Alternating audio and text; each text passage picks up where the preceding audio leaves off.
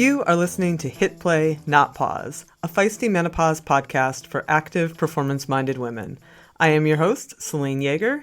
Each week, I bring you advice from athletes, scientists, researchers, and other experts to help you feel and perform your best, no matter what your hormones are doing. This show is a production of Live Feisty Media. Hello, strong, feisty women. I hope you all are well.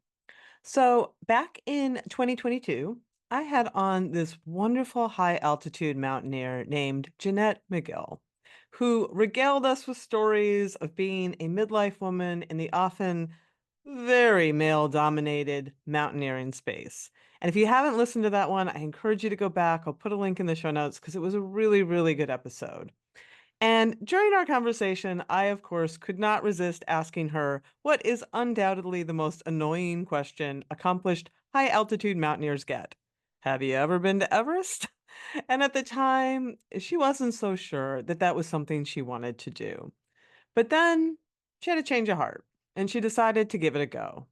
And I sent her all my best wishes and a hit play not pause buff to fly proudly at the top of the world should she get there. And it's not a huge spoiler to say it wasn't in the cards for her this year. We would have that picture all over our site and on this episode if she did. But but now it's become a personal mission for her and one that she's not willing to give up on.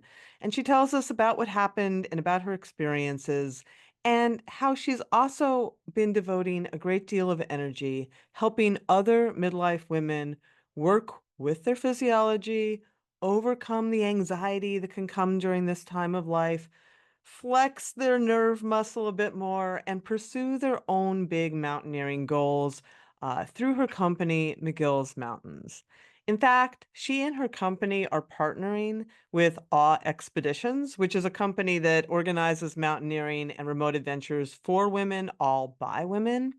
And they're doing a trekking trip through Nepal that's coming up, which crosses spectacular 17,000 and 18,000 foot passes and follows the Nepali Tibetan trade routes and includes a little pass through Everest Base Camp. It sounds magical. So I will put links to all of that in the show notes so you can check it out and you can check out her work and her history. I really enjoy what she's doing and how she puts herself out there, and I really hope you enjoy this one as much as I did. Um, and I'm also, I have to say, because I need to put this out in the universe too, I am confident that one day we will see that hit play, not pause banner flying at the top of the world. Okay, before we get to it, thanks all for your continued kind words and great Apple Podcast reviews. They keep this show humming along, going into, can you believe it? We are now in our 4th year.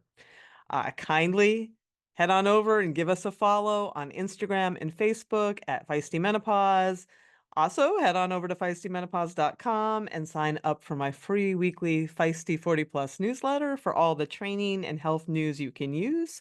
While you're there, check out our Navigate Menopause course, which is coming up again soon. We're going into our 3rd cohort. We've had hundreds of women go through it, and it's just a really great way to find your people. Speaking of finding your people, we have a lot going on. We also have our Feisty Menopause Performance Retreat coming up in Lake Nona, Florida, coming up in November. It is always a most outstanding time. We've got Carla DiGirolamo, we have Von de Wright, a lot of people. We have Linda Rowan is going to come down and do mindset. It's going to be a really special time. So check that out on feistymenopause.com as well. Before we get to it, super quick thanks to Previnex for making so much of this, the retreat, this show, the course, my pain-free running and athletic life possible. I say it all the time, and I mean it. Their Joint Health Plus product is one I will take until I leave this earth. It has been a game changer for me. And I'm not alone. I just got a review from a woman named Catherine who says joint health, muscle health, and Neurify, which are 3 of their training and performance products, has allowed me to stop using ibuprofen for joint inflammation. It has increased my strength and power, and now I am seeing body composition changes. Their stuff just works, plain and simple. So thanks, Previnex, for your longtime support. I truly appreciate you. All right, enough of me. Let's have a few words about our awesome sponsors and get on with the show. Okay, Jeanette, welcome back. I looked and it's been over 2 years since we last spoke, and much has happened. So I'm very excited to have this conversation with you again. Me too. Thank you so much for the opportunity. And I guess, yes, we subtitled that Menno Learning, I guess, from an outdoors perspective. And this is Menno Learning 2.0. As it continues, yes. So I am going to encourage everyone to listen to the first one because I love that conversation. There were so many unique elements to what you do, in those high altitude mountains and different cultural aspects and all of that. So definitely check out the first conversation we had. But before, let's catch people up just a little bit to where we are, because we did last speak in 2022. And at that point, you were sort of fully perimenopausal. You talked about unpredictable periods, which, as you told us, could be a real true issue with the mountaineering from both physical and practical, but also cultural standpoints. Are you still perimenopausal, or have you crossed over, as would say, to the other side? I would say the latter. I have crossed over, as it were. So I'm now post-menopausal. In fact, my year of not having a period coincided, interestingly enough, directly with my 50th birthday. So that's Wow. the gift that I was given. But at the same time, I do believe that this whole perimenopausal, postmenopausal journey is the gift that keeps on giving. So the things that impacted me before are impacting me differently now. Well, let's talk about that because, some of the things that you brought up at that time, you described it as your fear nerve being tired. You were having sort of like the anxiety that a lot of us deal with, you know, some hot flashes perhaps coming up. Like, where are you? How have your symptoms migrated as you've gone through this transition, and how are they impacting your lifestyle, that you continue with high altitude mountaineering and adventurous outdoor escapades? Yeah, so absolutely. And I also think that, not to sound like a Steve Jobs commemorative speech, but if we're starting to join the dots going backwards, I could actually see some things that probably even occurred before our previous conversation. So Hmm. back in 2017, I actually did both shoulders from a hydrodilation perspective due to frozen shoulder. And that's probably one of the things that I think I can now look back at. And, we see on the Facebook group, a lot of people start talking about frozen shoulder. And I think that is actually one of the very first signs women have that their estrogen is starting to deplete. And I think that my having to deal with frozen shoulder back then was a very early sign of what I'd been going through. That obviously then manifested a couple of years later into largely the erratic periods. And I did have some hot flush symptoms. Fortunately, not too severe in the outdoors, and it'll be great to talk a little bit later around how we do support some of these perimenopausal and postmenopausal symptoms in the outdoors. But from a personal perspective, yes, my main symptoms was erratic periods and the heat regulation. And then, as we say, yeah, where am I now? Probably the two biggest things is around making sure I stretch that fear muscle, and I can go into a bit more detail shortly. The other one is aches and pains. I found that previously I didn't have that many joint aches and pains, and that comes to the fore in the need to watch on my diet. An anti-inflammatory diet is I find that much more important. And then probably just the last physical symptom that I have more challenges with compared to before is just chafing in my seat area. I do think that the loss of estrogen in some of our body parts there does also impact. So definitely my symptoms have transitioned from where I was in our previous conversation.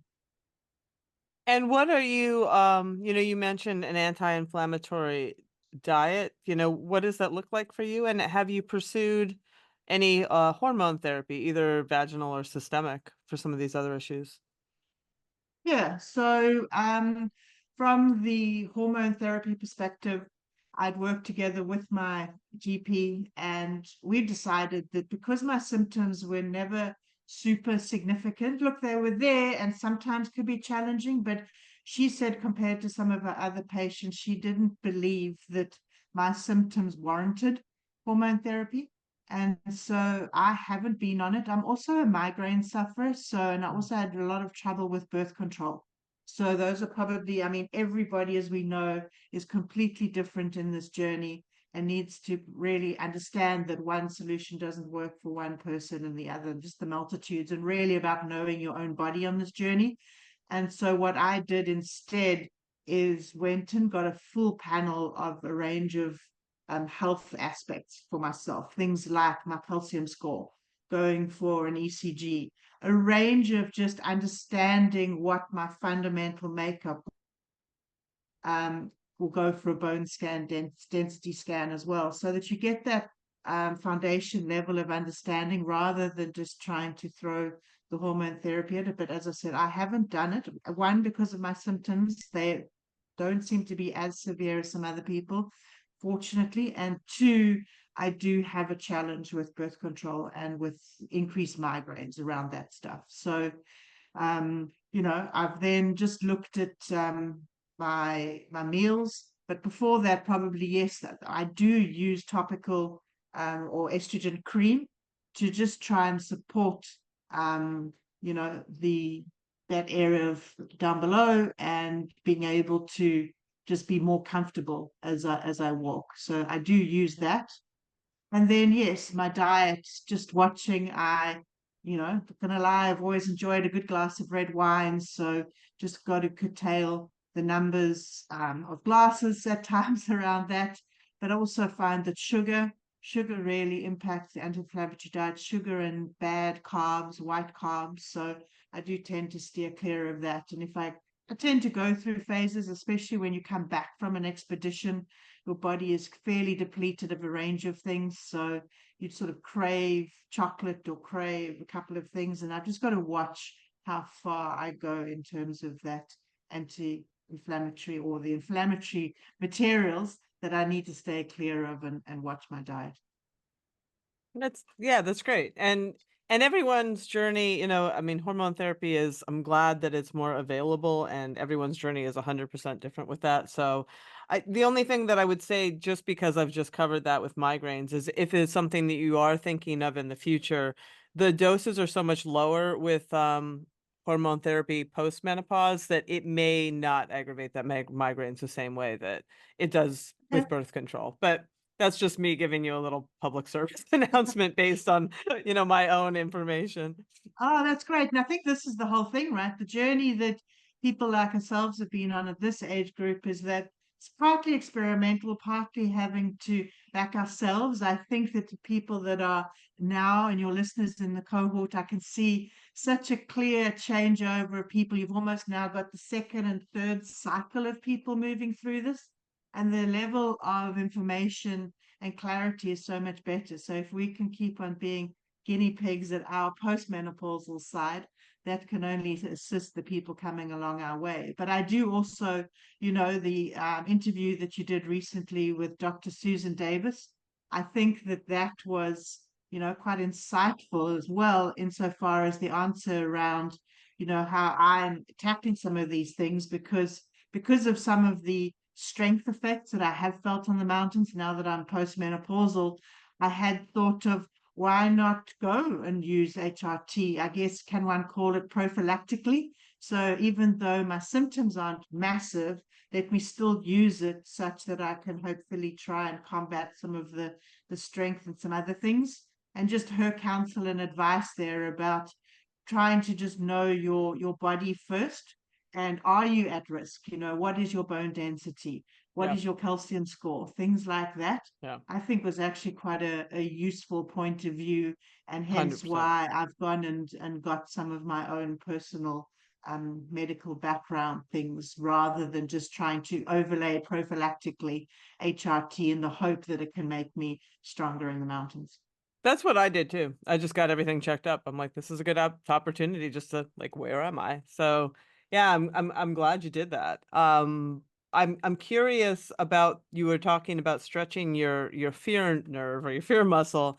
That is definitely something that comes up quite a bit when you talk about the anxiety and the fear, and you did talk about that quite a bit and the vulnerability of that in the mountains. How has that been for you? Has that gotten better? And what did you mean by like you're sort of practicing at it when you alluded to that earlier? Yeah, I think that from an outdoors perspective, besides the physical symptoms that we've just covered, the mental side is definitely underestimated. And I think that, yes, we call it a fear nerve. And recently I've been talking this more around the fear muscle because muscles can be developed, muscles can be stretched, muscles can be tended to. And I think if you see fear as something that you can work on, you can actually regain muscle, so you can regain your fear muscle. I do think that in the modern narrative that a lot of us women do have to just exist in, we stop stretching our fear muscle. We enter a world where we're in the offices, we're in our home spaces, and we don't naturally challenge ourselves as much as possible. But secondly, when we do enter the menopausal phases, it's just that much harder mentally to back yourself and to have the confidence. I live in a mountain town. I've got mountain bikers around me. I know that you have spoken to this before as well. We see it a lot on the Facebook group. People just don't have the same nerve. They recognize they're just what's happened. We don't have the same nerve to do the same runs or the jumps, or in my case, the technicality that some of the rock climbing requires. And it's once again boils down to a little bit of self-compassion. It boils down to vulnerability, being able to tell people beforehand that, hey, you know what, my head's just not in this today. I'm going to take the B run, or I would like extra rope support, things like that that I've had to ask for. But on the flip side, it's also a muscle in that you can actually keep at it. So, I think we shouldn't have a bad day in the mountains and then refrain from going back. And so, what I've done since our last conversation is very much around treating this fear as a muscle, knowing that I have to go to the fear muscle gym, as it were, and keep going into the outdoors and keep going into harder situations. And I know that before a big climb, the time that I spend in the mountains doing similar things can actually help me when I'm at having to perform my A game or my A event, which is a summit push or something like that. And so I do encourage women very much to stretch the fear muscle. I support a outdoor festival, and it provides women a range of opportunities to get into the outdoors. And the activities that people sign up quite quickly for are the things like abseiling or caving or kayaking, and a lot of people will also then hold back and go, no, no, no, I just want to go and do the hike. The hike comes off and it sounds like a really easy activity. But what the organizers and myself who put this on carefully have put into the program is the hike that people do halfway in the hike is actually a little bit of a squish in amongst some rocks, and there's a crack in the rock where you've got to slide your body through. It's not a cave by any means. You can always see the sunlight, but nevertheless, it is a little bit more challenging. And so it's not quite just the hike that the people who thought that they're going to bail from the kayaking and the abseiling thought that they would do, and they get challenged. And on this hike, the amount of people that give me death stares, that are uncomfortable, that hate being told, but you didn't tell us this was a hike. You didn't tell us we're going to have to crawl through a tight space. And so, but I have got through every single woman in this tight space over many, many years. I haven't yet had somebody who's completely bailed on me. And that's testament to, firstly, all of those individuals being prepared to being supported through this space. But the interesting thing is that by the time they've worked their way through this more sort of technical portion of the hike, they are so happy that they have pushed themselves and done this. And so many people have said that if I hadn't pushed them through that, they wouldn't have done something. And subsequent to that, the amount of change that people have experienced in their lives, just because they were A, in the outdoors again, and B, were had their fear muscles stretched. And so many of them have gone back or done other things in their lives before. And so, in summary, there, besides the physical aspects of menopause and dealing with that in the mountains, the fear is a muscle, and absolutely we need to keep working on it and stretching on it. It's something which I actively do through all my expeditions. I love that. I'd love to hear for you personally, who takes this all to another level. What does that look like specifically for you? Like, what do you do to challenge yourself as you get ready for something like Everest, which we'll talk about in a minute? Yeah, for me specifically, it's about the technical things of being able to jump on a rope and abseil at short notice. It's about using some of the technical equipment, the Jumars and things that we do use in high altitude, as well as just the rock climbing. So it's about me planning a schedule that includes specific challenging weekends. And like anybody, I get to it the day before and go, oh, don't feel like this. And you have got to just either have the personal support system, commit with other people that are going to be there for you, or know that because you've got a bigger goal down the line, this is supporting that goal. So the things that I bring in is definitely the opportunity to practice ahead of time, to simulate the type of environment that I would be going into, and just being able to work with that, not just sitting. And also, I do spend a bit of time now visualizing, because some of these mountains I've gone back and done a couple of times. I do think that there's that opportunity of just knowing what the distance between the camps looks like, what the Everest icefall looks like, being able to look at photographs online, and just being able to sit and just know how one is going to deal with those things. So there's a bit of visualization, there's a bit of actual practice before I go into these environments. For those who are unfamiliar, can you describe what abseiling is and what some of those other technical terms you've used are? Sure. So in the mountaineering and climbing world, is obviously a rope that we use when the terrain gets significantly steep or a dangerous area. And so sometimes people will literally climb a face and be attached to a rope, the way that we've seen now in a range of online climbing things. But you can also go up and down the rope using mechanical devices. So you don't just have to rely on your own body strength. And so when we go up a rope, we use a handheld mechanical device, which is called a Jumar, that only goes, it doesn't slide back down again. So that keeps you safe. And similarly, when we are descending a rope, instead of just tying yourself into the end of the rope and throwing yourself off the edge, we descend the rope with a device. And that practice is called abseiling. Gotcha. Gotcha. Perfect. So last we spoke, I asked the question, which I almost hesitated to ask because I knew it might be annoying. Like, have you ever been to the summit of Everest? Because I'm sure you get that a million times. Um, and you were unsure, or at least you sounded unsure about your future pursuit of that. It was just you've done so many other amazing high altitude mountains. It didn't seem completely in the cards that Everest would be the next thing or a thing. And yet this year it was. So what led you to attempt this season? And I want to hear all about it. Thank you so much. And yes, there's probably two things from our last conversation where life changed about, and we can maybe chat about the other one after this. But that one was around, I'd spoken around a pelvis injury, Yeah. and the pelvis injury actually turned into a more complicated back issue. So Yep. I wasn't even fully in the picture then.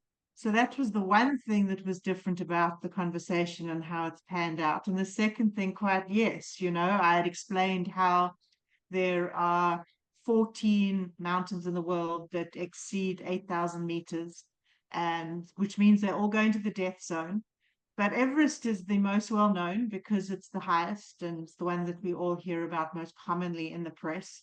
But there are 13 others of those mountains that are equally dangerous, all require oxygen if you're going to use oxygen, etc. All quite dangerous. And yes, I've had the privilege to be the first South African to climb two of those other 13. And I had said at the time, Everest is there, but because I'm not somebody who ticks boxes, it's Mm, something which I'd have to consider more about. And I suppose this is where we're always allowed to evolve our thinking and change our minds, I guess. And you know, if you're a cyclist, I guess you aspire to do Leadville, or you aspire to ride the Tour de France. If you're a swimmer, you aspire to possibly swim the English Channel. And I guess therefore, by joining those dots, if you're a mountaineer, the opportunity to go to Everest is significant. And mm. so I had an opportunity when I was much younger in my 20s, and I didn't go. And I'd always sort of had this as a bit of a back burner. It's not for me. But I think as our thinking evolves, when one also has opportunities in life to go, what do I need to finish off, or what would mean a lot to me? My thinking around Everest, or as we tend to call her most frequently now, is the Sherpa name, Chomolungma. Mm. And Chomolungma it's just a special environment. It's the most incredible space. As you know, I take people on trips. I love guiding people to Everest Base Camp. And that thinking just migrated into, why shouldn't I give this a chance? And so, yes, in 2023, I went to my first time up Everest, and I really appreciate the support that yourself has provided in terms of, you sent across a buff for me to take the hit play not pause message to the summit of Everest. Unfortunately, in 2023, I got very severe respiratory illness, and so only got as far as Camp 2. And so I was fortunate enough to be able to return this year, 2024. And unfortunately, I also have had a multitude of unluckiness that occurred. And I got as far as Camp 4 this time, which is into the death zone, just in the bottom of the death zone at the South Col. And the opportunity to push myself into Everest. It's a very different mountain compared to the other 8,000ers that I've done. It's a very different environment, I think, with all the people that are around. But for me, it just became a goal, a very personal goal. It still is a personal goal for me. It's not a tick boxing exercise. It's not to, I don't know, a lot of people do it as a kind of public narrative around Everest. But the older that I've got, and the amount of time that I have been fortunate enough to spend on Chomolungma, has meant that it's turned into a goal from our past conversation, that it would be a huge honor and privilege if I could one day summit Chomolungma. Can you share what happened this time that you got to Camp 4, and which is Yeah, amazing for anyway. I sure. mean, there's no disrespect, of course. Yeah, I had a couple of issues go down from a personal standpoint, unfortunately, as well as technical. My Juma, that ascending device that I spoke to previously, actually jammed. I was going up in frigid temperatures, um, high winds, not the most ideal circumstances, which was very cold. And I have followed this up with the manufacturer of the Juma, but unfortunately, I had a situation that had never happened on any of my 8,000 meters previously. But I did have a technical failure of equipment. And yeah, together with some of the personal challenges that had occurred prior to me leaving for Summit Push, impacted that. And then we did have some personal, in sort of our team, our Sherpa team, we had some issues with that as well, which was a bit unfortunate. So, I'm Everest is it's a big physical, it's a big athletic goal, and there's a range of things that impact a successful summit.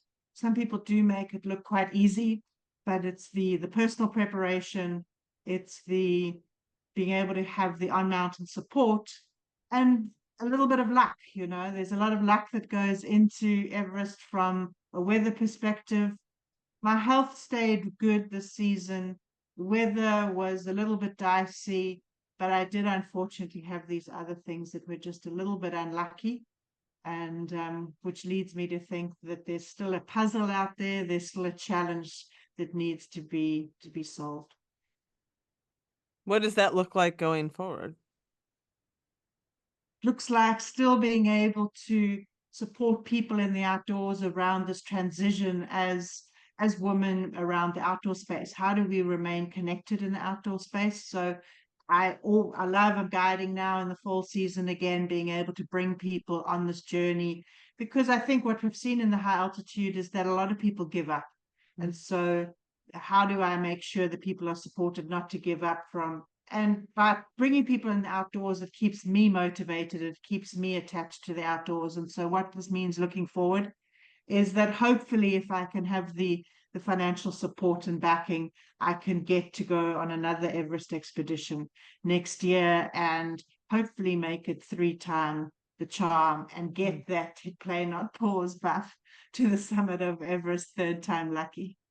That would be amazing. Um, for obviously for you, but I would be so stoked. So let's talk a bit about how you support women in this demographic, in this space. I guess I'm curious about a couple of things. Is in your own personal business and in the dealings that you have with women in this space, do you see women coming into this kind of pursuit who are older, who are menopausal, or do you see more women who did this as they were younger and are, now trying to figure out how to do this as they're older, or both? Like what does it look like in the female demographic in high altitude mountaineering? It's both, absolutely. So, firstly, we have seen the number of women entering mountaineering really expand. So, back 20 years ago, there were very few of us around the world. We kind of knew each other, could count each other off of 2 hands. Yeah. But now the number of women in their 20s, 30s that are mountaineering has definitely expanded significantly. And so, there's this wave of females coming into the mountaineering space. And so now when you go on expedition, there is a lot more evenness to do with the gender diversity. And so a lot of those women, they are now in their prime, they're strong, they're probably not thinking around these challenges that will come up later down the line. Hmm. But then you do have women that start having these aches, the pains, the frozen shoulder early on, the erratic periods. And for some, that just becomes just too much of an issue too, and that's where people start quitting. They drop out. And so we do see quite a lot of women start dropping off in their 40s from a mountaineering perspective. That said, though, it's almost a replacement cycle that a lot of women are coming into this space. They have a milestone birthday, they turn 40, they turn 50, they even turn 60, and go, you know what, I want to do something for myself. My core market is a lot of women that have gone through transitions, that might have had deaths, they might have had a divorce, they might now just be simply wanting to do something themselves. And how can they be nurtured and cared for as they go on this journey? And so my space is more around being able to take people who are in that 45 plus age group to be able to go, how do you get cared for? How do you get looked after as we age into the mountains? Because I do think what's also happened in this narrative is that before we were waving the flag around gender diversity, and as I've just alluded to, a whole lot more diverse in the outdoors. There's a wealth of 20, 30-year-olds, really strong climbers coming through. But I think the narrative has shifted now towards around us having to wave a flag around ageism. I think that there are a lot of challenges still being an older woman in the outdoors. It can be cultural, because in some of the third world environments that we do climb in, it's just not a done thing where a woman 50 plus is still active. They are generally in their house environment. So I think that there's a cultural aspect around having older women in the mountains. And I do think that there needs to be a bit more understanding and compassion around what an older woman might need in the outdoors. I think the commercial companies out there are not very open to how women change and what we can do from a pace perspective in the mountains and some of our other requirements. And so the ageism that is coming through, especially in commercial expeditions, which is why if you see a lot of the older mountaineers, we tend to partner up in different countries with sort of private people as opposed to going on fully commercial expeditions, just because of this unfortunate inherent ageism that has replaced some of the gender issues on the mountain. Yeah, that's an excellent point. And how do you specifically, are there specifics? You sort of mentioned the hot flashes, and I think that's great. I think like the work that you're doing is so important because I very much imagine that if I brought my cohort and we went with a more traditional mainstream expedition, nobody would even think to say if you have a drenching hot sweat, they would never even think to talk about that. And that's really important to talk about in those environments, right? So just having those conversations, that already opens a door for people and feels like, oh, okay, like they have considered my needs and they have considered me. So how do you talk to women about their specific needs when they go into these pursuits? Absolutely. So, I think that from a postmenopausal and perimenopausal perspective, once we know our body, and I think that this is where everybody got to realize, and we see it online too, everybody is so different. The way that this shows up for us women is so very different. And so the caveat here is that, what works for one doesn't necessarily work for another. And it's about being able to just have this compassion and also self awareness of what your body might require. But really, the overarching things that women need assistance in the outdoors, be it high altitude, but also just trekking, being able to go on a hike in the 14ers in Colorado or being able to go and walk the Camino, something like this. There are things that us as women can be used to and tolerate for. The biggest thing for me is that early on we spoke around having the hot flashes and the thermoregulation issues. When you are in the outdoors, it's super uncomfortable. And so therefore it's a lot around what you're wearing and what you're wearing to sleep in as well. This is where wicking clothes, things which can migrate moisture, become even more important. You do not want to wear clothes that just absorb all this moisture because it's actually there's a danger to that. You can just get overly wet, and if there's a wind blowing or if it's low temperatures, you'll actually freeze and can become hypothermic. And so therefore the way that you're going to regulate that is a lot with zips and layering, but zips are your friend as a woman at this stage, to be able to just continually be able to zip and unzip your clothes and thermoregulate that way. One of the other biggest areas around that affects women is thirst. We touched on this previously as well, but it's probably important to remember that as women, as the older we get, we actually don't have that sort of marker that we're thirsty. And if your body is telling you that you're thirsty, you are way into the dehydrated zone already. And the important thing, reason I bring this up from an outdoor perspective, is that thirst and dehydration are things that impact acclimatization. And so if women are that dehydrated, we are not going to be acclimating that well. And this is where people are challenged, especially in high altitude environments like hiking to Machu Picchu or going to Everest Base Camp as well. And so hydration becomes even way more important for peri and postmenopausal in the outdoors as well. For me, sleep as well is an important aspect around sort of the recovery, being able to sleep well in the mountains. And this is where I do find wearables do help. So I wear a Whoop band. I know that there's a range of other wearables on the market, the Aura Ring, etc.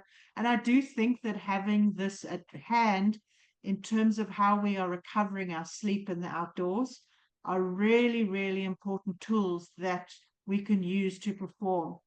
Also knowing, just I know that there are journals associated with these online things. Does a hot shower help before you go to sleep? What are the different things that do you need a bit of downtime before you go to sleep? And if women can start improving their sleep in the outdoors, that improves their recovery. It also improves acclimatization and therefore your performance as well. We've spoken around the emotional health. being able to have some personal space, being able to stretch the fear muscle, keep doing that regularly. Sometimes there's also support that one can use from a supplement support perspective. Once we're not going to prescribe, or not what works for me will work for everybody, please here. But something which I sometimes use is 5-HTP, which I do think that definitely helps my mood health in the outdoors, where if I'm being physically depleted, that means my brain is also getting depleted. And to have a supplement like 5-HTP definitely does put me in a better frame of mind if I've been severely challenged, where I've been working on the edge of comfort levels and my fear muscle feels a bit overstretched, then some supplements work for that. We'd mentioned that for me, some of the challenges that I'm going through now is around the chafing. And I know that you've had some really good podcasts around this. And so it's more harder to talk about. It was with a lady in the outdoors on a trip in Peru a few months ago, and we were comparing notes. And we were both saying, once again, this is stuff that doesn't get spoken around. So the community that you've developed has been significant to support this narrative. But yes, to be able to use topical estrogen and a range of things to keep our underpinning safe and clean. I think that's probably the biggest thing why I bring it up in the context of the outdoor space, is that besides the chafing, I know that some women become really susceptible to UTIs. And when you are in a mountain space where washing and showering and things like that isn't as frequent, one has to, the use of wet wipes and the use of being able to just keep yourself that much more cleaner in the outdoors, I think is an important thing that you've got to adapt to as well. And then finally is definitely around the aches and pains. What I find is that people stop going into the outdoors because they find their camping mattress uncomfortable. There's a range of ones on the market that you can get. I find that people don't like to carry such a heavy backpack, so they stop hiking and or doing multi-day things. I think that there's a lot more lightweight equipment. And I also think that women shouldn't be scared to ask for assistance. Back in the day, it's around how heavy can you carry. I know that previously we spoke that I would carry, a 40-pound backpack. Drop that carrying weight now. I do have a bit of residual back issues, but I am not scared to ask people to support me or to carry some of my things. We don't have to go all out. It's about the self-compassion. How can I still enjoy being in the outdoors? How can I get that personal rejuvenation that the outdoors provides, but also get the support that requires? And so we don't have to carry heavy. And so aches and pains is a really real issue that happens to women in the outdoors. So that's a bit of the range of the physical as well as the emotional ways in which I try and support women that are coming to the outdoors to make it still accessible, that we don't have to stop being in these outdoor spaces at this time of our lives. That's all outstanding. I love everything that you just said there. And yeah, I mean, it is okay also to invest in yourself. I went on a bike packing trip, and kind of like what you said, I had equipment and it was quite heavy. And I thought, I don't need to carry this. I can actually just invest in myself. And I did a whole bunch of research and found quality, lighter weight gear that just exponentially improved my experience. I didn't, it was just so worth it. Absolutely. I think in the mountains, people are available to carry our stuff. I think that with the outdoor spaces being what they've become, and what we can do to support third world economies, even by having, if you need a porter, I've noticed that in South Africa, the Drakensberg, there's a lot more use of porters. There's porters being used in Machu Picchu.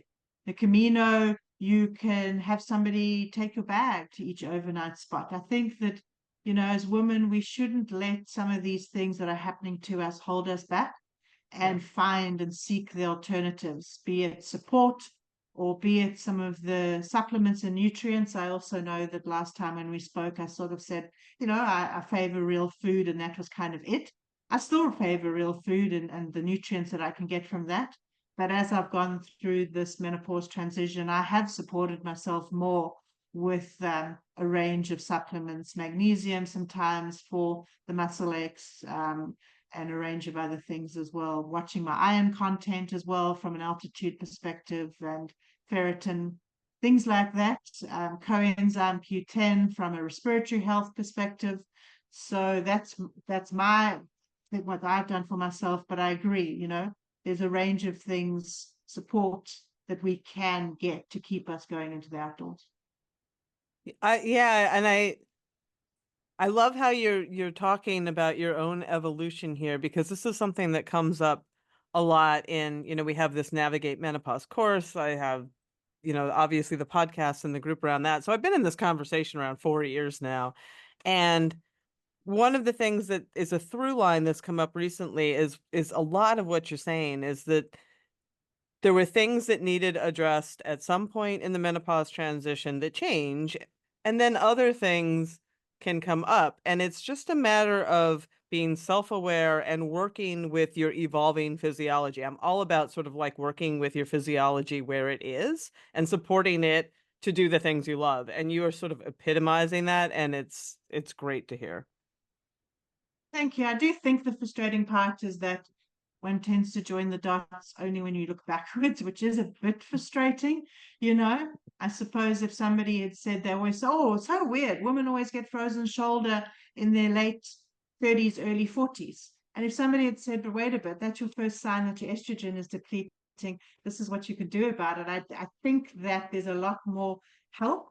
And my hope is that I hope that women take a lot of these early signs on board a lot sooner, such that maybe there is this support and learning that communities such as yours ensure that people don't have such possibly a rough ride through this.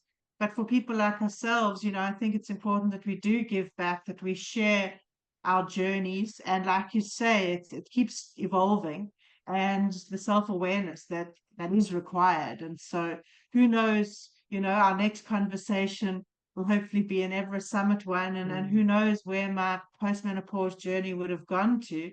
But it's still about standing up for oneself and not giving up on oneself in this journey. I don't think we have to.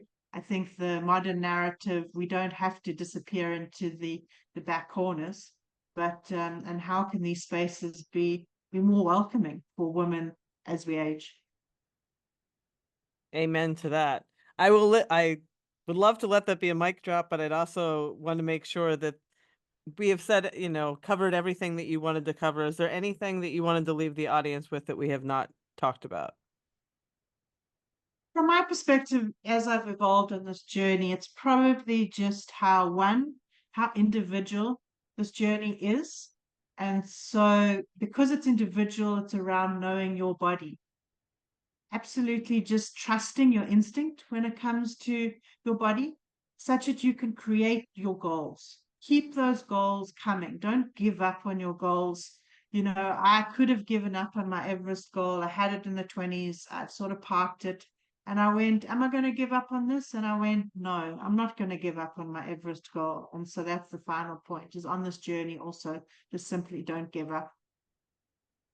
Love it.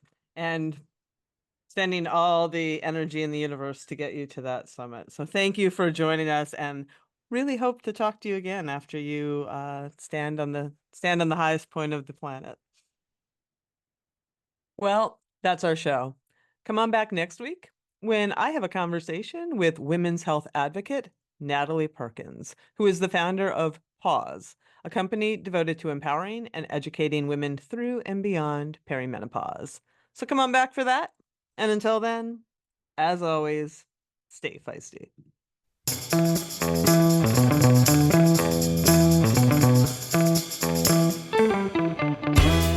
You've been listening to Hit Play, Not Pause, a feisty menopause podcast for active, performance-minded women. I'm your host, Celine Yeager. The show is edited and produced by the strong, talented, and amazing women at Live Feisty Media. Follow us on social media at Feisty Menopause. And please help us spread the word. Screenshot and share this episode on your social media channels with the tag @FeistyMenopause. Share the show with your friends. And please subscribe, like, review, and rate this show wherever you get your podcasts. Word of mouth and good reviews make it easier for other listeners to find. Thanks for listening, and as always, stay feisty.